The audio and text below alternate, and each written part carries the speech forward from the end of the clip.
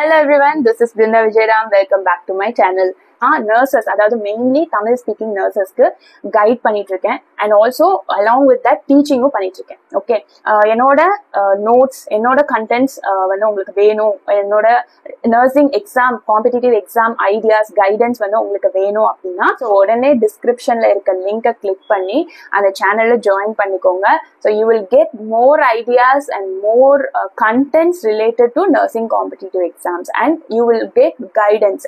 உங்களுக்கு personal guidance வேணும், உங்களுக்கு நிறைய டவுட்ஸ் இருக்கு அப்படின்னா த்ரூ அவுட் யுவர் ஜர்னி நான் வந்து ஹெல்ப் பண்ண ரெடியா இருக்கேன்.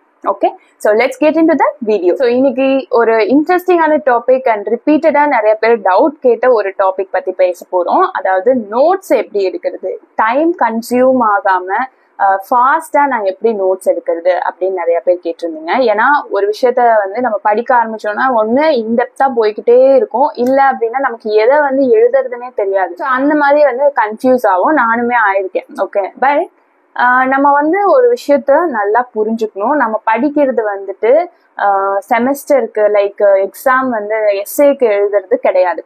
ஓகே, ஸோ நமக்கு வந்து ஃபுல் டெஃபினிஷன் தெரியணும், ஃபுல் அண்ட் ஃபுல் நம்ம வந்து இங்கிலீஷ்ல ஸ்ட்ரக்சர்டா எழுதியிருக்கணும் அப்படின்லாம் கிடையாது. ஓகே, நமக்கு காம்படிட்டிவ் எக்ஸாம் மைண்ட் செட் வந்து வந்துடணும். ஓகே, நம்ம ஒரு லைனை பாக்குறோம்னாலே அதுல இருந்து நம்மளால ஏதாவது பாயிண்ட் எடுக்க முடியுமா, காம்படிட்டிவ் எக்ஸாம்க்கு இதுல இருந்து ஒரு எம்சிக்யூ அவங்களால ஃப்ரேம் பண்ண முடியுமா அப்படின்னு தான் பாக்கணுமே தவிர ஃபுல் அண்ட் ஃபுல் இருக்கிற எல்லாத்தையுமே வந்து எழுதணும்னு கிடையாது. Okay, first of all okay, நீங்க இப்ப வந்து ஒரு டாபிக் எடுக்கிறீங்க, அதுக்கு நோட்ஸ் எடுக்கிறீங்க அப்படின்னா ஃபர்ஸ்ட் ஒரு விஷயத்த அண்டர்ஸ்டாண்ட் பண்ணிக்கோங்க. டாபிக்ல வந்து ரெண்டா பிரிக்கலாம். ஒண்ணு வந்து கான்செப்ட், அதாவது ஒரு பேத்தோபிசியாலஜியோ இது எப்படி வருது அந்த ஃப்ளோவா படிப்போம் இல்லையா, ஒரு ஃப்ளோ சார்ட் மாதிரி. ஸோ அந்த மாதிரி வந்து இருக்கும் இல்லையா. ஸோ அது வந்து நம்ம ஒரு வாட்டி வந்து பார்த்து படிச்சுட்டோம் அப்படின்னாலே உடனே அந்த ஃபிக்ஸ் ஆயிக்கும். ஓகே, இது இப்படிதான் வந்து இந்த டிசீஸ் வருது, இப்படி எல்லாம் தான் வந்து இது ப்ரோக்ரஸ் ஆகுது அப்படிங்கிற ஒரு ஃப்ளோ சார்ட் மாதிரி நமக்கு வந்து ஒரு கான்செப்ட் வந்து தெரிஞ்சிடும்.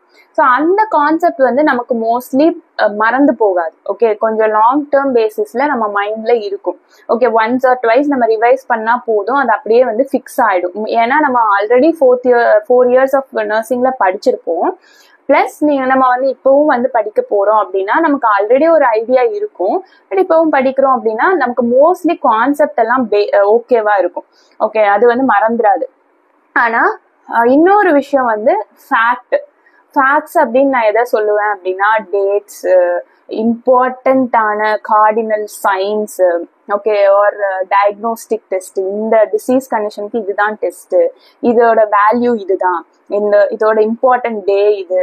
ஸோ அந்த மாதிரி சில விஷயம் நம்ம வந்து நம்பர்ஸ்லயோ இல்ல ஏதாவது ஒரு ஆத்தரோட நேமோ இல்ல அதை கண்டுபிடிச்சவங்களோட நேமோ, ஸோ அந்த மாதிரி விஷயங்கள்லாம் இருக்கும் இல்லையா, அதுதான் வந்து சீக்கிரம் மறந்துடும். ஸோ உங்களுக்கே அது படிக்கும் போதே தெரியும், இது வந்து நமக்கு மறந்துடும். திரும்ப படிக்காம விட்டுட்டோம் அப்படின்னா கண்டிப்பா மறந்து போயிடும் அப்படின்னு நமக்கே தெரியும். கேனுலா கேஜஸே வந்துட்டு நமக்கு மறந்துடும். ஸோ அந்த மாதிரி விஷயங்கள், கலர் கோடிங்ஸ், ஸோ அந்த மாதிரி விஷயங்கள் எல்லாம் வந்து நீங்க ஒரு டாபிக் படிக்கிறீங்கன்னா அந்த டாபிக்ல செப்பரேட்டா கான்செப்ட் தனியா, அந்த ஃபேக்ட்ஸ், அந்த நம்ம வந்து திரும்ப திரும்ப ஞாபகம் வச்சுக்க வேண்டிய விஷயங்கள் எல்லாம் தனியாவே எழுதி வச்சிருங்க. ஸோ அப்போ உங்களுக்கு ஒரு கிளாரிட்டி கிடைக்கும். இதை வந்து நம்ம திரும்ப ரிவைஸ் பண்ணும்போது கான்செப்ட் கொஞ்சம் லைட்டா பார்த்தா போதும், ஃபேக்ட்ஸை வந்து நல்லா கூர்ந்து கவனிக்கணும் அப்படிங்கிற ஒரு இது வந்துடும். அண்ட் நோட்ஸ்க்கு வந்து நீங்க அவ்வளோ டைமும் ஸ்பெண்ட் பண்ண வேண்டாம். நான் இப்போ இங்க 2 கிளிப்பிங்ஸ் வந்து காமிக்கிறேன். இது என்ட்லெக்ஸ் புக்ல இருந்து எடுத்தது தான். ஹீமோடயாலிசிஸ் அப்படிங்கிற ஒரு சின்ன ஒரு டாபிக். நான் ஃபுல்லா நோட்ஸ் எடுக்கல, பட் நான் வந்து காமிச்சிருக்கேன் பாருங்க. நெக்ஸ்ட் என்னோட நோட் காமிக்கிறேன் நான் எப்படி எடுத்திருக்கேன் அப்படின்னு.